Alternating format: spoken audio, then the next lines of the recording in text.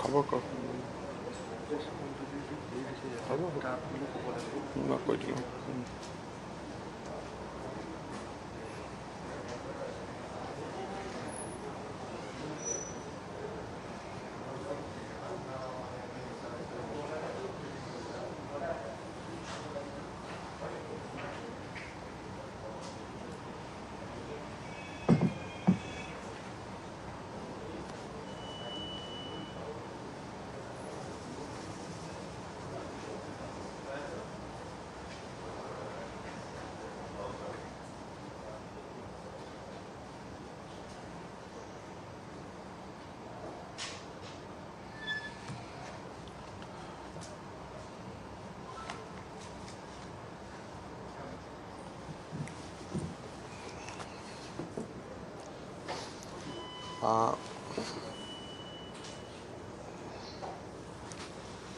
সংবাদ মাধ্যমৰ বন্ধু বান্ধৱীসকল আজি এই বিশেষ সাংবাদিক মেলখন আমি আমাৰ বাজেটত ঘোষণা কৰা এটা বিশেষ স্কিমৰ ওপৰত আমি আলোকপাত কৰিব খুজিছোঁ আৰু এই আঁচনিটোৰ আলোকপাত কৰাৰ পিছত স্বাভাৱিকভাৱে মই কোভিডৰ শেহতীয়া পৰিস্থিতি অতি সংক্ষিপ্তভাৱে আপোনালোকৰ লগত আলোচনা কৰিম আৰু তাৰ পিছত আপোনালোকৰ যি প্ৰশ্ন থাকিব সেইখিনি আমি গ্ৰহণ কৰিম আপোনালোকে জানে যে আমাৰ ৰাজ্য চৰকাৰৰ যিটো সময়ত মই মোৰ বাৰ্ষিক বাজেট দাঙি ধৰিছিলোঁ সেই সময়ত অষ্টাদশ উন্নয়নৰ মুকুতামালা অৰ্থাৎ 18টা ফ্লেগশ্বিপ স্কিমৰ বিষয়ে আমি আলোচনা কৰিছিলোঁ আৰু অসমৰ সমসাময়িক ইতিহাসত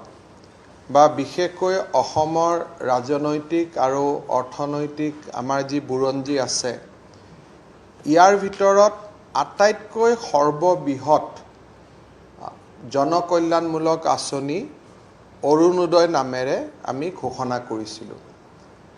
মই যিমান বছৰ ৰাজনীতি কৰিছোঁ যিমান চৰকাৰৰ লগত কাম কৰাৰ মোৰ সৌভাগ্য হৈছিলে বা অসমৰ ইতিহাসত চৰকাৰী পক্ষৰ পৰা যিমানবিলাক আঁচনিৰ কথা কোৱাৰ সৌভাগ্য হৈছিল বা শুনাৰ সৌভাগ্য হৈছিল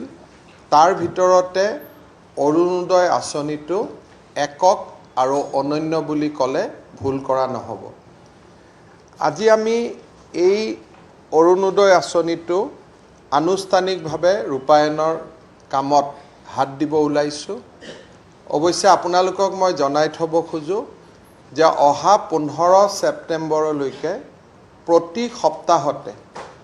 একোটাকৈ উন্নয়নমূলক আঁচনি লৈ মই আপোনালোকৰ ওচৰত উপস্থিত হ'ম So every week we are going to announce and start implementing one new scheme কোনোবাটো বাজেটৰ ভিতৰত কোনোবাটো বাজেটৰ বাহিৰৰ পৰা আৰু এটাকৈ প্ৰতি সপ্তাহতে মই এটাকৈ আঁচনি আপোনালোকৰ আগত কৈ যাম আৰু একৰ্ডিংলি ইমপ্লিমেন্টেশনো আৰম্ভ হ'ব আৰু এই গোটেই আঁচনিবিলাকৰ ভিতৰত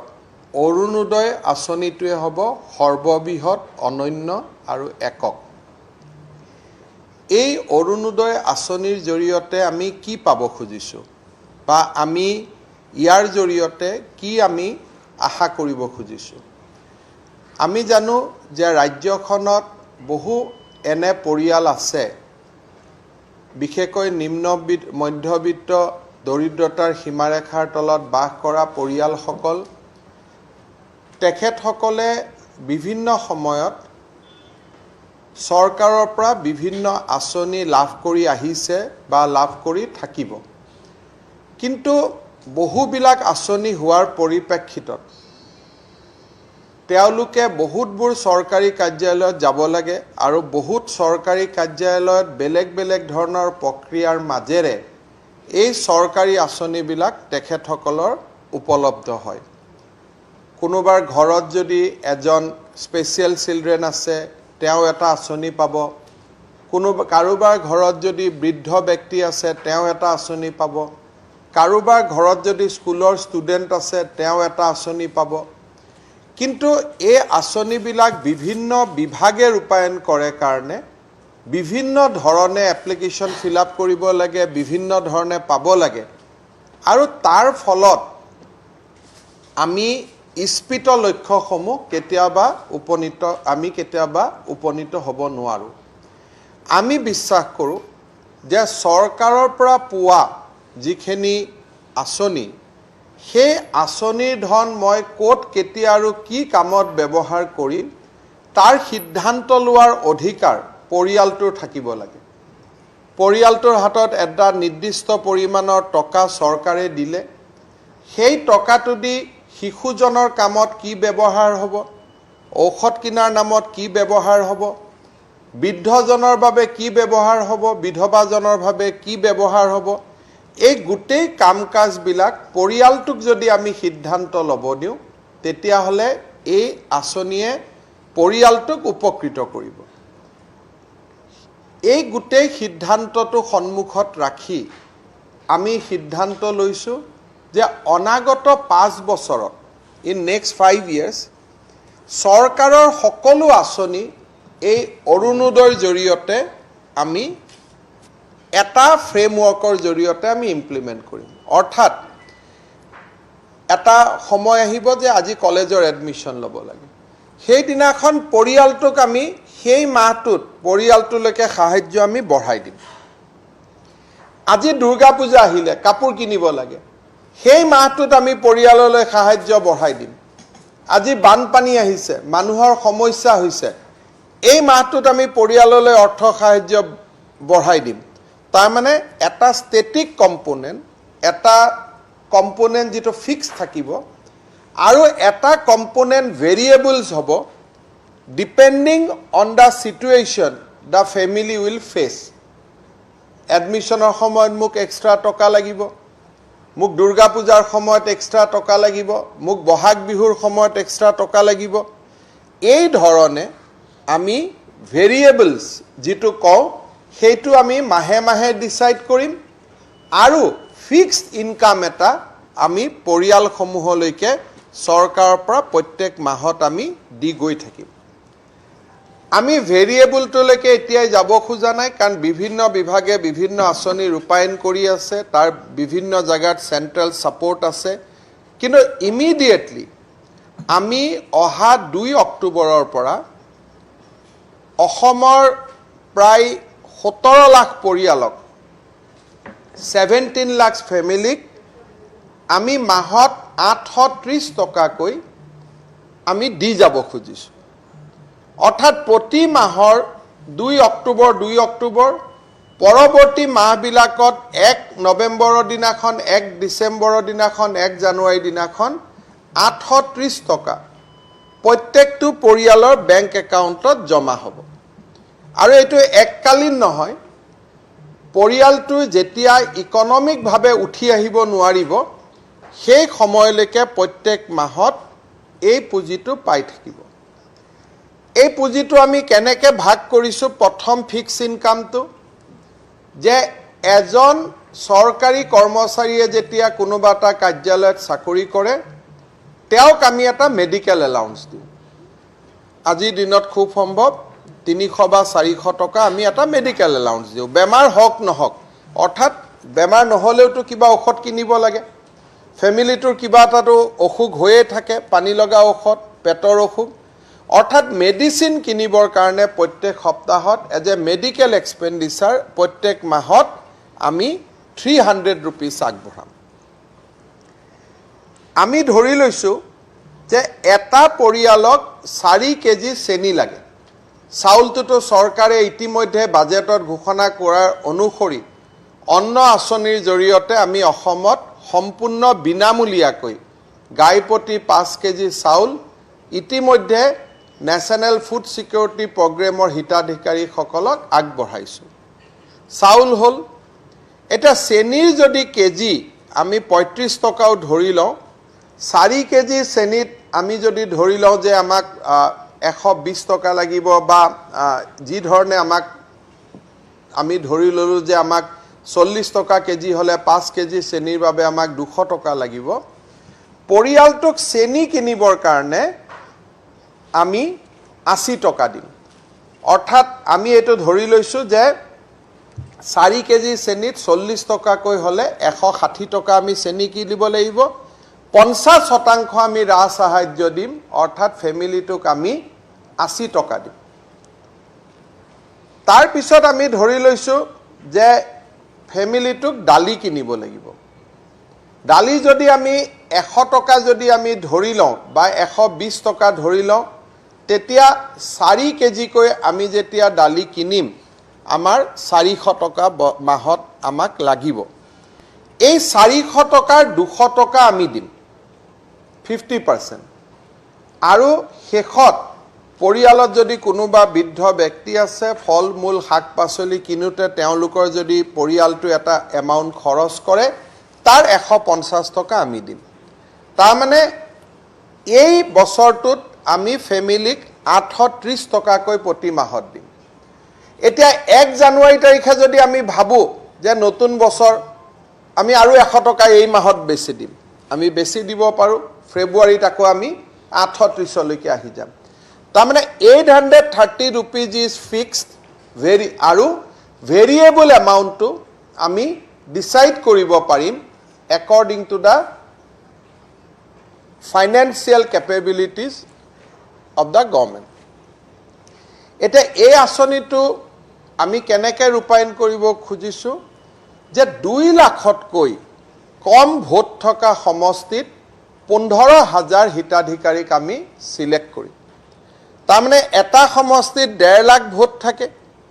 4 জন বা 5 জন কৈ যদি পৰিয়ালত সদস্য থাকে 15000 ফ্যামিলিয়ে পোৱা মানে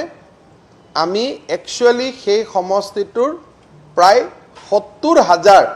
ব্যক্তিৰ ওচৰত আমি কিবা এটা তুলি দিয়া হল অফ কোর্স ব্যক্তি হিচাপত ভোট যদি 1.5 লাখ থাকে ব্যক্তি 2.5 লাখ থাকিব সো 1/3 সমষ্টিটোৰ 1/3 ব্যক্তিক আমি এই আঁচনিটোৱে স্পৰ্শ কৰিম যি সমষ্টিত 2 লাখতকৈ বেছি ভোট আছে সেই সমষ্টিৰ বেনিফিচিয়াৰী হ'ব 17000 সো 15000 বেনিফিচিয়াৰী হ'ব যত 2 লাখতকৈ কম ভোট আছে আৰু যত 2 লাখতকৈ বেছি ভোট আছে তাত 17 লাখ বেনিফিচিয়াৰী হ'ব 17000 15000 and 17000 আৰু এই ধৰণে কৰিলে প্ৰতি মাহত সমীৰ আমাৰ কিমান আউটফ্লো হ'ব টোটাল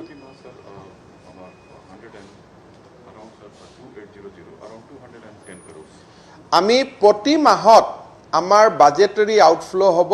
210 crores এই ধৰণৰ আমাৰ প্ৰতি মাহত আমি আগবঢ়াব লাগিব 2800 কোটি টকা এইবাৰ অৰুণোদয় আঁচনিৰ বাবে আমাৰ বাজেটত আছিল আৰু এইটোৱে হ'ব অসমৰ সৰ্ববৃহৎ DBT scheme which will include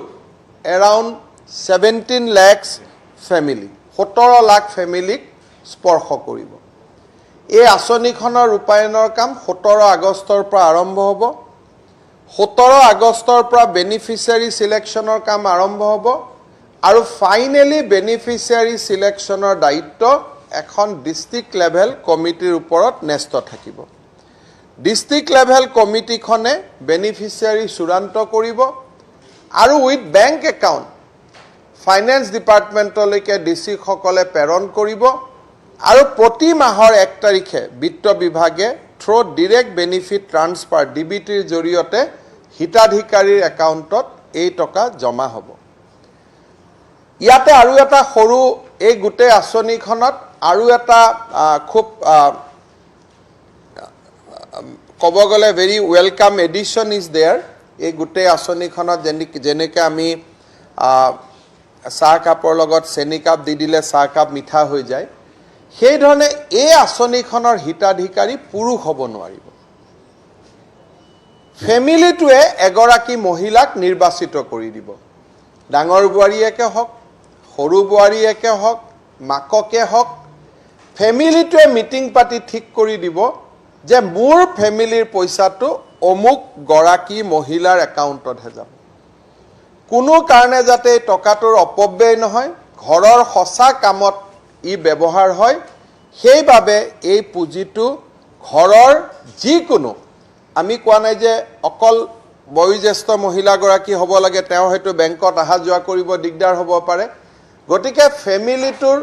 ছোৱালীজনীৰ নামতে হওক, মাকৰ নামতে হওক, বোৱাৰীৰ নামতে হওক, ফেমিলিটোৱে ঠিক কৰি দিব যে এইগৰাকী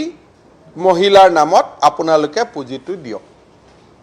অৰ্থাৎ final beneficiary will B a family, পৰিয়াল এটা ইয়াৰ আটাইতকৈ হিতাধিকাৰী হ'ব,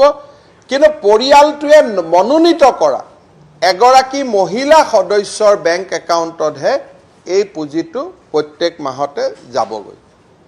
আমি আশা কৰোঁ যে ইয়াৰ এটা ডিটেইল প্ৰক্ৰিয়া আছে। এই বেংক একাউণ্টসমূহ ঠিক কৰি লিখিবৰ কাৰণে, বেংক একাউণ্টবিলাকত হিতাধিকাৰী নিৰ্বাচনত সহায় কৰিবৰ কাৰণে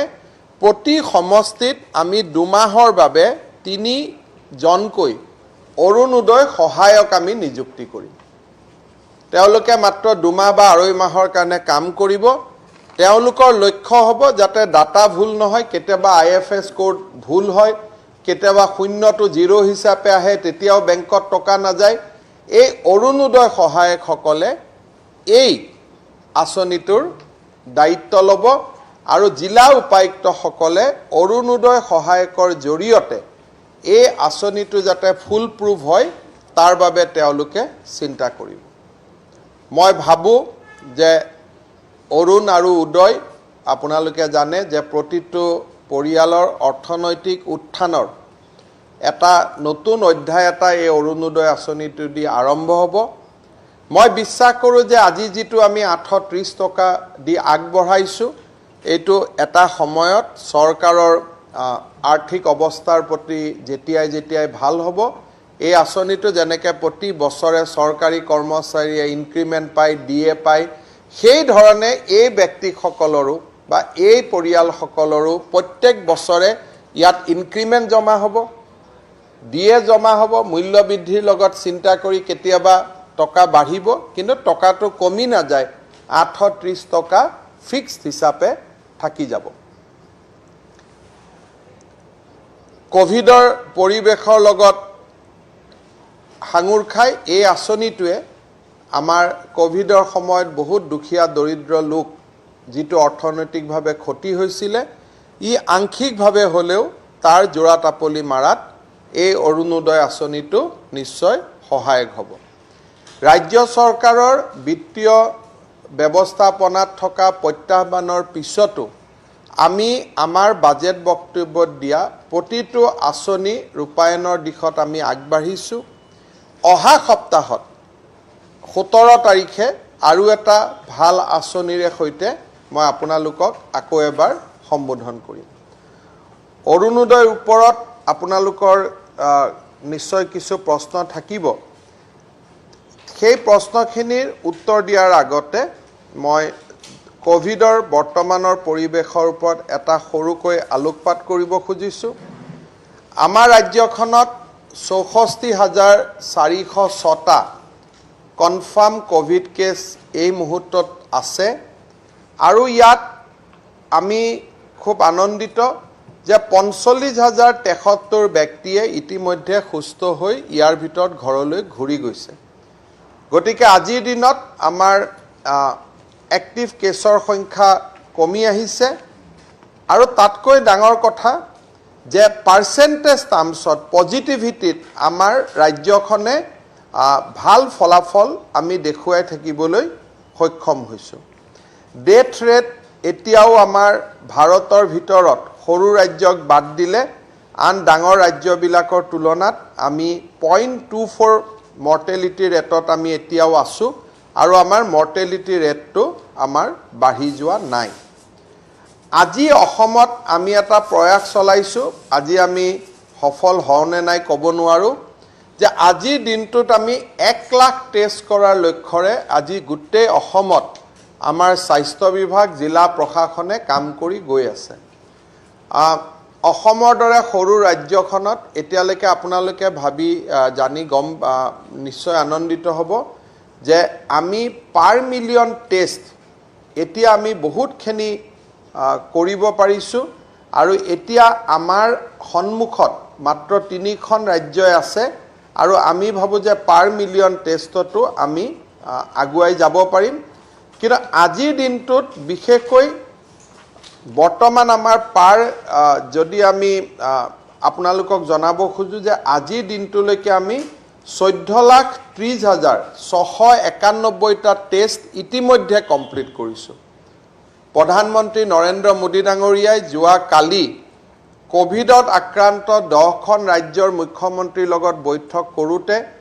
তেখেতে ক্ষোভ প্ৰকাশ কৰিছিলে যে বহুত ৰাজ্যই টেষ্ট কৰা নাই টেষ্ট কমি আছে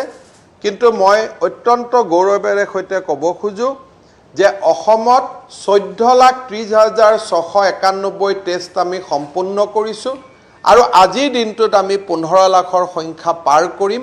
আৰু আজিৰ দিনটোতে আমি 1 লাখৰ ওচৰা-ওচৰি আমি টেষ্ট কৰিম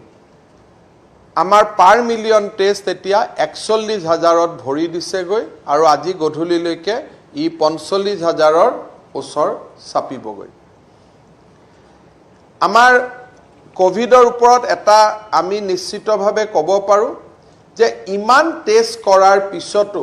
আমাৰ পজিটিভিটিটো 5%ৰ তলত বৰ্তমান আছে ইয়ে ইংগিত দিয়ে যে হয়তো কোভিডৰ পিকটোৰ পৰা আমি হাত সাৰিব পাৰিম বা হাত ইতিমধ্যে সাৰিছোঁ দুইটাৰ ভিতৰত এটা আমি নিষ্কৰ্ষত উপনীত হ'ব পাৰিম আৰু কিছুদিন আমি অপেক্ষা কৰিছোঁ 15 আগষ্টৰ পিছত এটা স্পষ্ট ধাৰণা এটা আমাৰ সন্মুখত আহি পৰিব আমাৰ গুৱাহাটীৰ কিছুমান ল্যাবৰেটৰীয়ে এটা টেষ্ট কৰি আছে IgG টেষ্ট এন্টিবডি টেষ্ট মই ৰাইজক ক'ব খুজিছোঁ যে এন্টিবডি টেষ্টৰ জৰিয়তে কোভিড আছে নে নাই তাক জানিব পৰা নাযায় this is not a fair practice যিসকলে এন্টিবডি টেষ্ট কৰি আছে মই আমাৰ যিখিনি ল্যাবে গুৱাহাটীত এন্টিবডি টেষ্ট কৰি আছে তেওঁলোকক মই ক'ব খোজো যে আপোনালোকে এন্টিবডি টেষ্টৰ বিষয়ে ৰাইজক জনোৱাৰ পিছতহে এন্টিবডি টেষ্ট কৰিব এন্টিবডি টেষ্টটো কিয় লাগে যে 6 মাহ আগত মোৰ কোভিড হৈছিল নেকি 3 মাহ আগত ক'ব নোৱাৰাকৈ মোৰ কোভিড হৈ গ'ল নেকি সেইটো কাৰণেহে মই এন্টিবডি টেষ্ট কৰিব লাগে কিন্তু আজি মোৰ কোভিড আছে নে নাই তাৰ কাৰণে আইদাৰ এন্টিজেন অৰ RT-PCR এই দুইটা টেষ্টৰ কোনো বিকল্প নাই আৰু বহুতৰ ধাৰণা যে ৰেপিড টেষ্টত বেছি কোভিড ওলাই আসলতে RT-PCRতকৈ ৰেপিড টেষ্টত আধাহে কোভিড চিনাক্ত হয় সেই কাৰণে ৰেপিড টেষ্ট কৰোতে আমি কোনো ধৰণৰ দ্বিধাবোধ কৰিব নালাগে আৰু আমি ভাল কৰি ৰেপিড টেষ্ট কৰিব লাগে কাৰণ RT-PCRত ইমান নাম্বাৰ আনাটো সম্ভৱ নহয় যিমানে আমি নাম্বাৰ কম কৰিম হিমানে এজন মানুহে মুকলি হৈ কোভিড দি থাকিব সেই কাৰণে মই অনুৰোধ কৰোঁ আৰু যিসমূহ গুৱাহাটীৰ ল্যাবে এন্টিবডি টেষ্ট কৰিছে তেওঁলোকক মই ক'ব কৈছোঁ যে আপোনালোকৰ যি পেচেণ্ট আহিব স্পষ্ট কৰি বুজাই দিয়াৰ পিছতহে আপোনালোকে যেন তেওঁলোকক এন্টিবডি টেষ্ট কৰে কোভিডৰ পিছত মই যোৱাকালি সদৌ অসম ছাত্ৰ সন্থাই যি ক্লজ 6ৰ প্ৰতিবেদন মুকলি কৰি দিলে তাৰ ওপৰত মই দুটা কথা ক'ব খোজো যে অসমীয়াৰ সংজ্ঞা নিৰ্ণয়ৰ অধিকাৰ অসম বিধানসভাৰ কেন্দ্ৰীয় চৰকাৰৰ ইয়াত ভূমিকা নাথাকে যেতিয়ালৈকে অসমৰ ৰাজনৈতিক দল আৰু ৰাজ্যৰ সাৰ্বভৌমত্ব চিন্তাৰ প্ৰতীক অৰ্থাৎ আমি আমাৰ যিটো ৰাইজৰ চিন্তা সেইটো বিধানসভাইহে প্ৰতীয়মান কৰে গতিকে বিধানসভাত যেতিয়ালৈকে অসমীয়াৰ সংজ্ঞা নিৰূপিত নহয় তেতিয়ালৈকে কেন্দ্ৰীয় চৰকাৰে এই ষষ্ঠ ক্লজৰ ওপৰত কৰিবলগীয়া বিশেষ একো নাথাকে ৰাজ্য চৰকাৰে বিধানসভাত এই কমিটিৰ অনুমোদন কোনোবা এটা সময়ত লৈ আহিব আৰু বিতৰ্কৰ পিছত অসমীয়াৰ সংজ্ঞা নিৰূপিত হোৱাৰ পৰৱৰ্তী পৰ্যায়তহে কেন্দ্ৰীয় চৰকাৰে ইয়াত প্ৰৱেশ কৰিব পাৰিব আগতীয়াকৈ কেন্দ্ৰীয় চৰকাৰে ইতিমধ্যে ডিলিমিটেশ্যন আয়োগ আদি গঠন কৰি এই ক্লজ 6ৰ ৰিপৰ্ট ওপৰত তেওঁলোকে প্ৰাৰম্ভিক ব্যৱস্থা ইতিমধ্যে গ্ৰহণ কৰিছে। ক্লজ 6ৰ ৰিপৰ্টৰ কমিটিয়ে স্পষ্টভাৱে লিখি থৈছে যে এই ৰিপৰ্ট 2 বছৰৰ ভিতৰতহে প্ৰণয়ন কৰিব লাগিব, 2 years টাইম। তৃতীয়তে কমিটিয়ে কৈছে যে ইয়াত কিছুমান কমপ্লেক্স ৰিকমেণ্ডেশ্যন আছে আৰু এই কমপ্লেক্স ৰিকমেণ্ডেশ্যনখিনি এটা 3 মেম্বাৰ বা সুপ্ৰিম কোৰ্টৰ ৰিটায়াৰ্ড জাজৰ কোনোবা এটা কমিটিত পঠাইহে ইয়াক চালি জাৰি চাইহে এই দিশত আগুৱাব লাগে। গতিকে মই ভাবোঁ যে সদৌ অসম ছাত্ৰ সন্থাৰ মঞ্চৰ পৰা কালি যি 5 মাহৰ ক্ষোভৰ কথা কোৱা হৈছে যে 5 মাহ দেৰি হৈ গ'ল, মই ভাবোঁ যে ৰিপৰ্টটো প্ৰকাশ নকৰাকৈ সতৰ্কতাৰে আগবাঢ়িলে কাম কাজ আৰু বেছি ভাল হ'লহেঁতেন, বিতৰ্ক নহ'লহেঁতেন। কিন্তু ৰিপৰ্টটো প্ৰকাশ কৰি এক প্ৰকাৰ জটিলতাৰ সৃষ্টি কৰাক বাদ দি আন একো হোৱা নাই। কিন্তু ৰাজ্য চৰকাৰে আমি 6ষ্ঠ অনুসূচী 6 নম্বৰ দফা আমি ৰূপায়ণৰ কাৰণে প্ৰতিশ্ৰুতিবদ্ধ আৰু ৰাজ্যৰ হাতত থকা কাৰিকৰী কাম সম্পূৰ্ণ কৰাৰ পিছত এই দিশত কেন্দ্ৰীয় চৰকাৰৰ কাম আগবাঢ়িব। কিন্তু 12গৰাকী ব্যক্তিয়ে অসমীয়াৰ সংজ্ঞা এটা নিৰ্ধাৰণ কৰি দিলেই সেইটো অসমীয়াৰ সংজ্ঞা নহ'ব। সেই সংজ্ঞাটো স্বাভাৱিকভাৱে অসম বিধানসভাৰ পবিত্ৰ মজিয়াত গৃহীত হ'ব লাগিব। আৰু এই বিষয়টো মই আপোনালোকক আগতেও সাংবাদিক মেলত কেইবাটাও কৈছোঁ যে কমিটিখনে দিয়া সংজ্ঞাটো বিধানসভাৰ মজিয়াত গৃহীত হ'ব লাগিব। 51 চনৰ কাৰণে আৰু এখন NRC হ'ব নেকি নে কি হ'ব? কেনেকৈ আমি 51 চনটো আমি নিৰ্ধাৰণ কৰিম? এই দিশত কমিটি নীৰৱ হৈ আছে যে 51 চনৰ যে মই অসমীয়া হয় এইটো আমি কেনেকৈ নিৰ্ধাৰণ কৰিম? তাৰ কাৰণে NRC লাগিব নে তাৰ কাৰণে আন মাটিৰ কাগজ চাব লাগিব? মাটিৰ কাগজ চালেতো আমাৰো বহুত মানুহৰ মাটিৰ কাগজ নাই 51 চনৰ। গতিকে সেই গোটেই দিশবিলাক চালি জাৰি চোৱাৰ বাবে কমিটিয়ে নিজে আমাক 2 বছৰ দিছে যে it is A complex recommendation, আপোনালোকে 2টা বছৰ চাই চিতিহে কামখিনি কৰিব। গতিকে এই ক্ষেত্ৰত মই ভাবোঁ যে ৰাইজৰ মাজত যাতে এটা ভুল ধাৰণাৰ সৃষ্টি নহয়। যেহেতু ছাত্ৰ সন্থাৰ মজিয়াৰ পৰা ৰিপৰ্টটো আপোনালোকক দিয়াই হ'ল, গতিকে আপোনালোকে ৰিপৰ্টৰ শেষৰ অংশটো চাই ল'ব যে 2টা বছৰ সময় দিয়া হৈছে আৰু এখন কমিটি গঠনৰো তাত পৰামৰ্শ দিয়া হৈছে। গতিকে আমাৰ ফালৰ পৰা প্ৰতিক্ৰিয়া এইটোৱে আছিলে। আপোনালোকে কিবা প্ৰশ্ন সুধিলে সুধিব। সদিচ্ছাৰ অভাৱ আছেনে নাই মোৰ হৃদয়ত? এতিয়া আপুনি ৰামৰে ভক্ত নে হনুমানৰ ভক্ত? এতিয়াতো আমিতো বুকুখন ফালি দিব নোৱাৰোঁ যে মোক বুকুখন ফালিলে মোৰ ৰাম নাম লিখা আছে। গতিকে তেওঁলোকে যিহেতু ৰাজনীতি কৰিব গৈ আছে, গতিকে তেওঁলোকেতো আমাক সদিচ্ছাৰ অভাৱ বুলি ক'বই। বৰ্তমান ছাত্ৰ সন্থা এটা ৰাজনৈতিক দল আজিৰ মুহূৰ্তত। গতিকে এটা ৰাজনৈতিক দলে আন এটা ৰাজনৈতিক দলত অপবাদ অপব্যাখ্যা দিয়াটোতো এটা ইলেকশ্যনৰ আগত চিৰন্তৰ এটা নিয়ম। আছু আগত নন পলিটিকেল প্লেটফৰ্ম আছিল। As of now AASU is a political party or about to be a political party.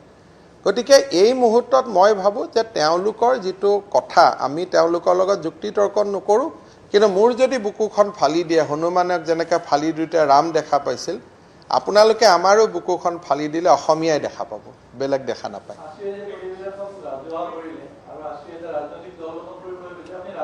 মই এইবোৰ একো নকওঁ। মই আজি অসম চৰকাৰৰ পৰা বক্তব্য দি আছোঁ। তেওঁলোকে প্ৰতিবেদনত থকা কথাখিনিয়ে সদৰি কৰিছে, নাথাকাখিনিতো সদৰি কৰা নাই।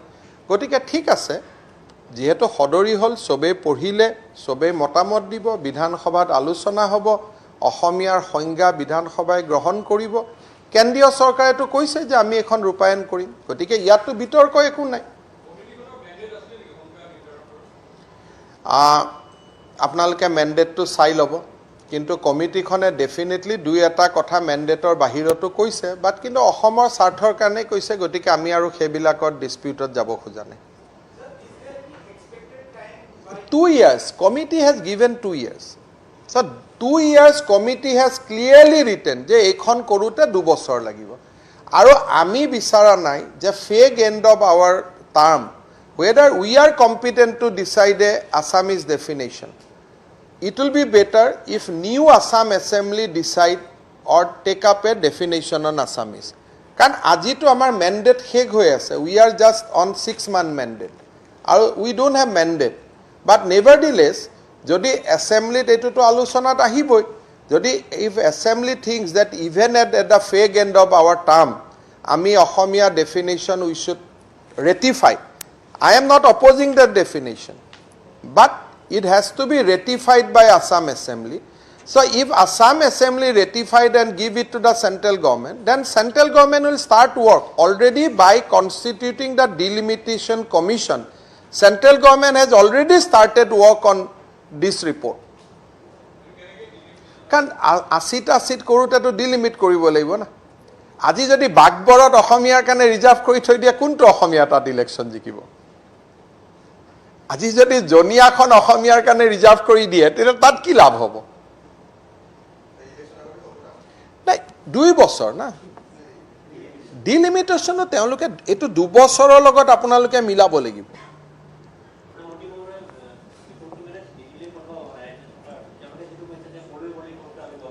তেওঁলোকে হেকিনি গম পাব না লাগে নহয়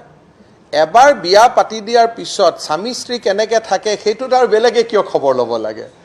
আমাৰ বিয়া খোৱালৈকে কাম আছিল আমি বিয়া পাতি দিলো দৰা কইনা আহিলে ঘৰত হুমুৱাই দিলো তাৰ ভিতৰখিনি খবৰ ল'ব না লাগে 2 বছৰ পিছত খবৰ ল'ব লাগিব যে ঠিক আছে নে নাই তেওঁলোকে নিজে সময় দি থৈ দিছে যে আমি খবৰ 2 বছৰ পিছত ল'ম নাপাই নহয় কিছুমান গোপনীয় থাকে খবৰ ল'ব নাপায় আপোনালোকে ৰাজহুৱা কৰা নকৰা কি আছে ভাই কোনো মোৰ তেওঁলোকে ৰাজহুৱা কিয় কৰিছে মই বুজি পোৱা নাই কিন্তু এই তাৰনে কথাখিনি যদি কলেহেতেন যে লগত 2 বছৰ সময় দিয়া আছে বুলি তেতিয়া বিতৰ্কটো নাথাকে মানে ৰিপৰ্টটো যেটা আপোনালোকক কৈছে পুৰাখিনি কৈ দিব লাগিছিল যে হয় এখন ৰিপৰ্ট ফাদিল কৰিলো কিন্তু আমি 2 বছৰ সময় দি থৈছো তেতিয়া একো কথাই নাহে কি কব আৰু এতিয়া আপোনালোকে বহুত কথা লিখে তো নিয়মৰ ভিতৰত বাহিৰত কোনে চাই কত পোৰ্টেল ওলাই আছে যি লিখি থাকে হা কৰিলে আৰু কৰাটোতো হৈ গল এতিয়া অস্ত্ৰপাতটো এৰি দিলে এতিয়াতো তাক ঘূৰাই আনিব নোৱাৰি যাতে অস্ত্ৰপাত অসমীয়া জাতিৰ কল্যাণৰ কাৰণে ব্যৱহাৰ হয় সেইটোৱে ডাঙৰ কথা যি কৰিলে কৰি দিলে এতিয়া কৰাটোতো আপুনি ঘূৰাই আনিব নোৱাৰে কিন্তু এই অস্ত্ৰপাতে যাতে বিতৰ্ক নকৰে স্মুথলি আমি যাতে 51 হক বা যি নহক বিধানসভাত গ্ৰহণ হয় সুন্দৰভাৱে আগবাঢ়ে যাতে ই স্মুথ হয় কাৰণ এইবিলাক কথা ইমান ইজি নহয় যে বহুত মানুহে কালি মোক প্ৰশ্ন কৰিছে যে মোৰটো 51 ৰ কাগজ পত্ৰ নাই তা আমি 51 ত পৰিম না নাই তাৰ কাৰণে এনআৰসি আহিব লাগিব এটা সেকেন্ড এনআৰসি এখন কৰাৰ প্ৰশ্ন আছে নে নাই নে কমিটিয়ে কৈছে যে এনআৰসি নালাগে অন ডকুমেন্ট হ'ব ডকুমেন্ট হলেতো জাল ডকুমেন্টে দি ভৰি পৰিব গতিকে কমিটি কিছু ক্ষেত্ৰত মনে আছে থাকি কৈছে যে এইটো ডিসাইড কৰিব লাগিব এখন সুপেৰিয়ৰ কমিটি তেওঁলোকে নিজে লিখি দিছে যে these are complicated recommendation complex শব্দটি ইউজ কৰিছে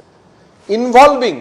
ইন্টাৰপ্ৰিটেশন অফ কনস্টিটিউশন গতিকে এজন সুপ্ৰিম কোৰ্টৰ ৰিটায়াৰ্ড জাজৰ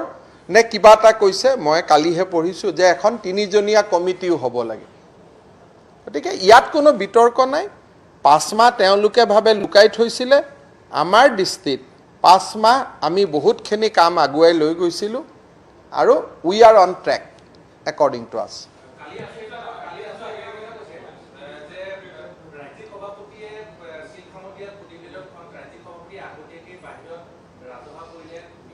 সক এইবিলাক আৰু এই আপোনালোকে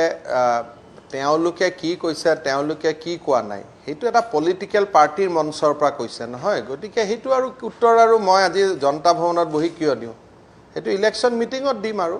এতিয়া মই খালি অসম চৰকাৰৰ স্থিতিটো স্পষ্ট কৰিছো আসু আজি দিনত এটা ৰাজনৈতিক দল এই মুহূৰ্তলৈকে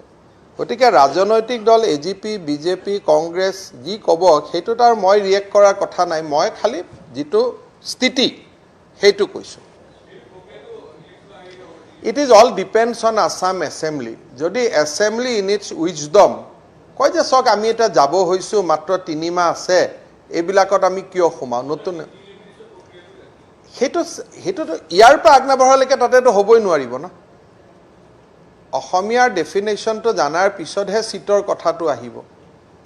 এটা আগবঢ়াই দিলে এটা আজি ডেফিনেশ্যন এটা কমিটিখনে আগবঢ়াই দিলে এতিয়া বিতৰ্ক হোৱাৰ পিছত এছেম্বলি উইল ডিচাইড ইয়াতো আৰু মোৰ কথা মতে নহ'ব সংজ্ঞাটো কিন্তু বেছিকেলি বিধানসভাই এডপ্ট নকৰালৈকে কমিটিৰ ৰিকমেণ্ডেশ্যনটোক মানি চেণ্ট্ৰেল গভৰ্ণমেণ্টে আগবাঢ়িব নোৱাৰে the next phase of this report যে বিধানসভাত অসমীয়াৰ সংজ্ঞাটো ফাইনেলাইজ হ'ব লাগিব তাৰ ওপৰতে গোটেইখিনি হ'ব লাগিব আৰু তাৰ ভিতৰত যদি চেণ্ট্ৰেল গভৰ্ণমেণ্টে ভাবে যে এছেম্বলিয়ে দেৰি কৰিছে আমি আৰু অলপ আগত যাওঁ ডিলিমিটেশ্যন কৰি পেলাওঁ তেওঁলোকৰ কথা কিন্তু procedure is that Asomiya reservation তেতিয়ালৈকে হ'ব নোৱাৰে যেতিয়ালৈকে অসমীয়াৰ সংজ্ঞাটো বিধানসভাই এডপ্ট নকৰে কাৰণ আগত প্ৰণৱ গগৈ এইটো আনোতেও বিধানসভাই এডপ্ট নাই কৰা গতিকে সেইটোৱে কথা ইয়াত একো একচুৱেলি বিতৰ্ক নাছিলে নোহোৱা বিতৰ্ক এটা বিতৰ্ক we are on track we are on same page যে ক্লজ 6 টো ইমপ্লিমেণ্ট হ'ব লাগে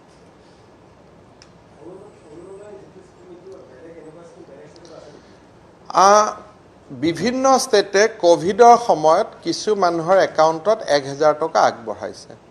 কিন্তু সদায় কাৰণে এই ফেমিলিটো আজি নাপাব 5 বছৰ 6 বছৰ ঘৰত এটা লৰাই চাকৰি নোপোৱালৈকে নাপাব ইয়াত নিগেটিভ লিষ্টত কি আছে চৰকাৰী চাকৰিয়াল হ'লে নাপায় ডাক্তৰ ইঞ্জিনিয়াৰ চাৰ্টাৰ্ড একাউণ্টে নাপায় এমএলএৰ ফেমিলিত নাপাব এমপিৰ ফেমিলিয়ে নাপাব প্ৰাক্তন এমএলএ এমপি হ'লেও নাপাব আৰু পঞ্চায়তৰ আজিৰ দিনৰ কোনো প্ৰতিনিধিয়ে নাপাব এখন আপোনালোকক মই দিয়া কাগজখনত এখন নিগেটিভ লিষ্ট আছে সেই নিগেটিভ লিষ্ট অনুসৰি কিছুৱে এই আঁচনিখন পাব নোৱাৰে যেনেকৈ আপোনালোকে দেখুৱাই দিয়কচোন যেনেকৈ আমাৰ ইয়াত এটা আছে কোনবিলাক পৰিয়ালক আমি অগ্ৰাধিকাৰ দিম স্বামীহীন বিবাহ বিচ্ছেদিত অবিবাহিত আৰু পৰিয়ালৰ পৰা পৃথকে থকা মহিলা মানে এই আঁচনিৰ প্ৰাইমেৰী টাৰ্গেটটো ওমেন আপুনি যদি বিধৱা মহিলা হয় ঘৰৰ পৰা স্বামীৰ পৰা যদি বেলেগে থাকে অবিবাহিত যদি আপোনাৰ যদি বিয়া হোৱা নাই তেতিয়ালে আপোনাক আমি অগ্ৰাধিকাৰ দিম দ্বিতীয়তে আমি অগ্ৰাধিকাৰ দিম যে যিটো ফ্যামিলি মহিলাই চলায় the family which is run primarily by women যে মাকজনী এখন দোকান দিয়ে মাকজনীয়ে কোনোবা এখন স্কুলত ৰান্ধনিৰ কাম কৰে প্ৰাইভেট স্কুল এখনত বা মাকজনীয়ে খেতি পথাৰখন চলায় তাৰমানে যি পৰিয়ালৰ মেইন ইনকামটো মহিলা গৰাকীৰ পৰা আহে সেই পৰিয়ালটোৱে আকৌ অগ্ৰাধিকাৰ পাব তৃতীয়তে যাৰ পৰিয়ালত দিব্যাংগ ব্যক্তি আছে কাৰোবাৰ পৰিয়ালত যদি ফিজিক্যালি চ্যালেঞ্জ ব্যক্তি আছে অন্ধ ল'ৰা এটা আছে কানেদি নুশুনা ল'ৰা এজন আছে সেই ফ্যামিলিটোৱে প্ৰায়োৰিটি পাব আৰু ফাইনালি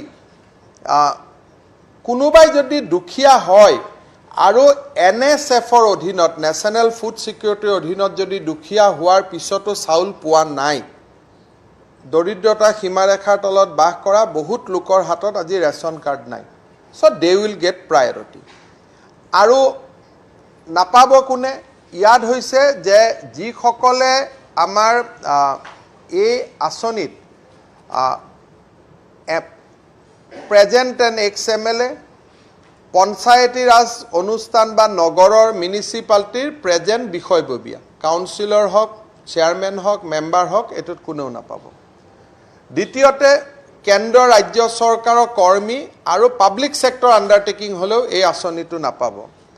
দ্বিতীয়তে চিকিৎসক অভিযন্তা উকিল চাৰ্টাৰ্ড একাউন্টেন্ট স্থপতিবিদ আৰু চৰকাৰী ঠিকাদাৰ সকলে এই আঁচনিটো নাপাব তৃতীয়তে আয়কৰ জুনে দিয়ে হি নাপাব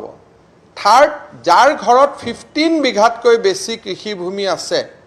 তেওঁলোকে এই আঁচনিটো নাপাব যদি 15 বিঘাতকৈ চৰকাৰী আছে কাৰোবাৰ যদি ঘৰত ট্ৰেক্টৰ আছে মালিক ট্ৰেক্টৰ মালিক তেওঁ নাপাব কাৰোবাৰ ঘৰত যদি 4 চকীয়া গাড়ী আছে 2 চকীয়া হলে পাব 4 চকীয়া হলে নাপায় আৰু ফাইনালি কাৰোবাৰ ঘৰত যদি ৰেফ্ৰিজাৰেটৰ ওয়াশিং মেচিন আৰু এয়াৰ কন্ডিশন আছে তেওঁ নাপাব আমি এই স্কিমখিনি এইটো প্ৰথম উলিয়াব গাঁও সভাই লিষ্টখন দিব কিন্তু গাঁও সভাই হয়তো 50 জনৰ জায়গাত 100টা লিষ্ট পঠাই দিব তাৰ পিছত পঞ্চায়তে মিটিং কৰি লিষ্টখন সৰু কৰিব ফাইনেলি ডিসিত ডিএলসিসি য'ত ডিসি এডিসি এমএলএ সকল মেম্বাৰ আৰু তিনিজন চৰকাৰৰ মনোনীত সদস্য থাকিব তেওঁলোকে লিষ্টখন ফাইনেলাইজ কৰিব নগৰ অঞ্চলত মিউনিসিপালিটি ওয়াৰ্ডৰ পৰা লিষ্টখন আৰম্ভ হ'ব আৰু মিউনিসিপালিটি দি গৈ পেলাই ডিস্ট্ৰিক্ট লেভেল কমিটিত ফাইনেলাইজ হ'ব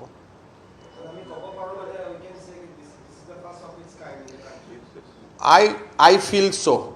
যে এনেকে প্ৰত্যেক মাহতে দিয়া মোৰ দৃষ্টিত মোৰ দীৰ্ঘকালীন ৰাজনীতিত বা মই পঢ়া শুনা কৰি থাকো মোৰ চকুত এনেকুৱা স্কিম পৰা নাই আমাৰ মানে আমি ইয়াতে আমিতো বাজেটতো কৈছিলো যে this is the first this kind of scheme নহয় জানো কিন্তু কেতিয়াবা কোনোবা চৰকাৰে বিশেষ পৰিস্থিতিত দিয়ে যে 1000 টকা কোভিডৰ কাৰণে একাউণ্টত দিছো এনেকে দিছে কিন্তু একেবাৰে ফেমিলিটোৰ ঘৰত চাকৰি নহালৈকে ফেমিলিটোৰ ঘৰত ৰেফ্ৰিজাৰেটৰ নাহালৈকে ফেমিলিটোৰ ঘৰত ৱাশ্বিং মেচিন নাহালৈকে ফেমিলিটোৱে ট্ৰেক্টৰ নিকিনালৈকে এইটোতো প্ৰত্যেক মাহত পাই থাকিব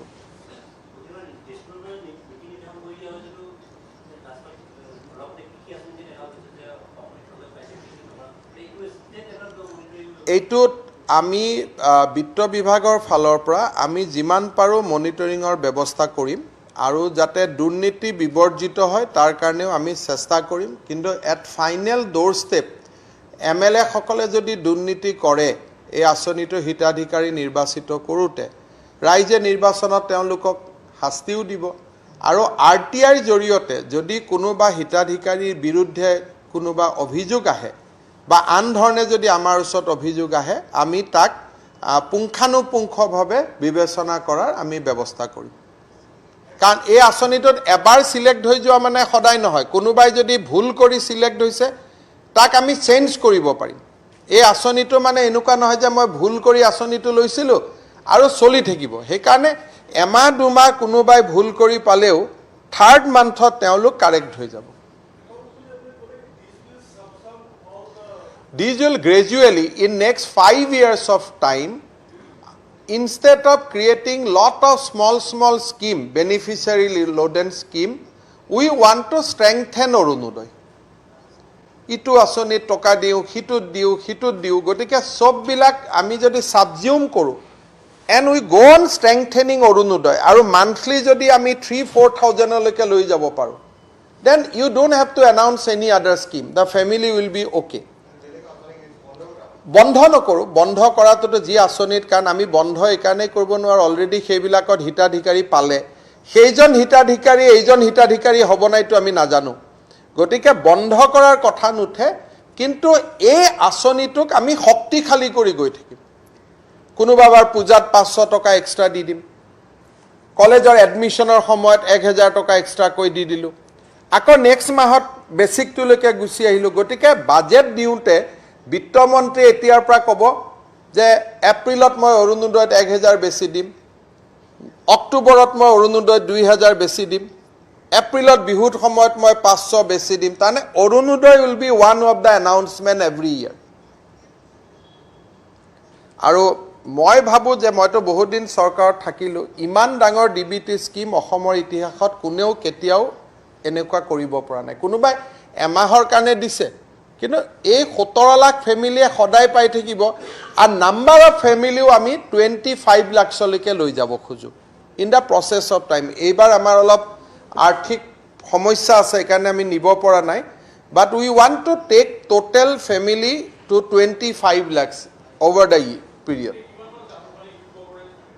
Actually, ইয়াতো আমি বিপিএল শব্দটো ইউজ কৰা নাই কাৰণ লাষ্ট বিপিএল সাৰ্ভে হৈছিল 2011 তাৰ পিছত বহুতে চাকৰি পাই গল তাৰ ভিতৰত আকৌ কিছুমান মানুহৰ মুৰব্বীজন ঢুকাই থাকিলে যদি মধ্যবিত্ত আছিল তেও দুখিয়া হৈ গল গটিকে আমি বৰ্তমানৰ পৰিবেশটো ৰিফ্লেক্ট কৰিম আৰু মই ভাবো যে মানুহে কয় যে 30 লাখ ফ্যামিলি বিপিএল আছে এনেকে কয় পুৰণা সাৰ্ভে মতে কিন্তু we don't know actually 2011 or পিছত কোনো সাৰ্ভে হোৱা নাই এইটো জৰিয়তে এটা সমষ্টিত 15000 family is more than enough to begin with কিন্তু ইয়াত আৰু কিছু বেনিফিচিয়াৰী প্ৰয়োজন হ'ব যদি আমি কওঁ যে সকলো দুখীয়া মানুহকে সামৰিব খোজো but begin it is a good scheme আৰু অসমৰ দৰে ৰাজ্য এখনৰ পৰা এই আঁচনিটো আৰম্ভ হৈছে দুদিন পিছত দেখিব যে ভাৰতৰ বহুত ৰাজ্যত এই আঁচনিটো গ্ৰহণ কৰিব এনে স্মল কিছুমান কথা যে আমি কৈছিলোঁ ক্লাছ 10 লৈকে কম্পালসৰি স্কুলত অসমীয়া পঢ়াব লাগে আজি নেশ্যনেল এডুকেশ্যন পলিচিত সেইটো গ্ৰহণ হৈ গ'ল চ' সামহুৱেৰ অসমে কৰবাত নহয় কৰবাত যেটো কয় অৰুণোদয় যে আমি আমাৰ ইয়াৰ পৰাই সূৰ্য আৰম্ভ হৈছে গতিকে মই ভাবো ইন ডেইজ টু কাম এই স্কিমটো এনেকুৱা মান্থলি ডিবিটি এইটো ভাৰতবৰ্ষৰ আন ৰাজ্যবিলাকেও কেতিয়াবা গ্ৰহণ কৰিব আৰু আমি অসম গৌৰৱান্বিত হ'ম যে বেলেগে হয়তো আমাতকৈ বেছি টকাও দিব পাৰে সেই ৰাজ্যৰ অৰ্থনীতিক চাই পেলাই কিন্তু এজ এ কনসেপ্ট অসমে এইটো প্ৰথম আৰম্ভ কৰিলে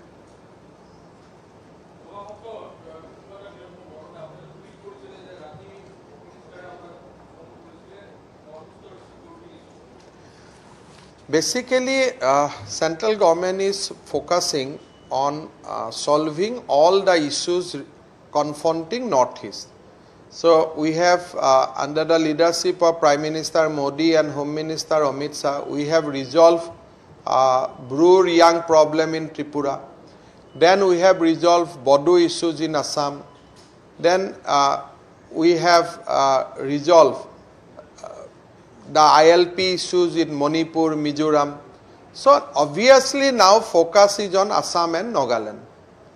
So Assam aru Nagalandor baki kamkheniu সম্পন্ন কৰাটো central governmentor priority আছে which include interstate border dispute. যেটো নেডাৰ মিটিংত অমিত শাহ ডাঙৰীয়াই কৈ গৈছিল যে উত্তৰ পূৰ্বলৈ স্থায়ী শান্তি আৰু উত্তৰ পূৰ্বৰ ৰাজ্যসমূহৰ মাজত আভ্যন্তৰীণ বিবাদ Bhumi Vivad. So, Home Minister is very keen that during his tenure, Naga issues should be resolved. Obviously, if possible, Alpha issues should also be resolved. And more primarily, Assam-Nagaland border dispute, Assam-Arunachal border dispute, and Assam-Meghalaya border dispute, Assam-Mizoram border dispute should be resolved. And finally, collectively, every state should work for curbing illicit drugs, export-import of drugs. So, Amit Shah has clearly laid down his line of action, what he is going to do with the Northeast. So, because of this issue, we keep on talking. But jeta corona hoy hospital thokar pisoto, he keep on talking to us. Kintu ketiao moi tweetot nidiu, but that was a significant. Je corona মানে তেওঁ ভুগি থাকাৰ পিছতো তেওঁ উত্তৰ পূব পাহৰি যোৱা নাছিল সো দ্যাট ইজ ইম্পৰ্টেন্ট যে সাধাৰণতে কিবা নেশ্যনেল ইস্যুৰ কথা পাতাটো বেলেগ কোনোবা মন্ত্ৰীৰ লগত কিন্তু উত্তৰ পূব কৰোনাত আক্ৰান্ত হোৱাৰ পিছতো উত্তৰ পূবক পাহৰি নোযোৱাটো মই ভাবো যে people of India is blessed with such a home minister at least north east region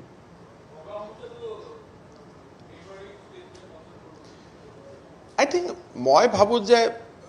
idea is to resolve a dispute not to create a confusion so I think when these issues will be resolved it will be satisfaction to all ঠিক আছে so ধন্যবাদ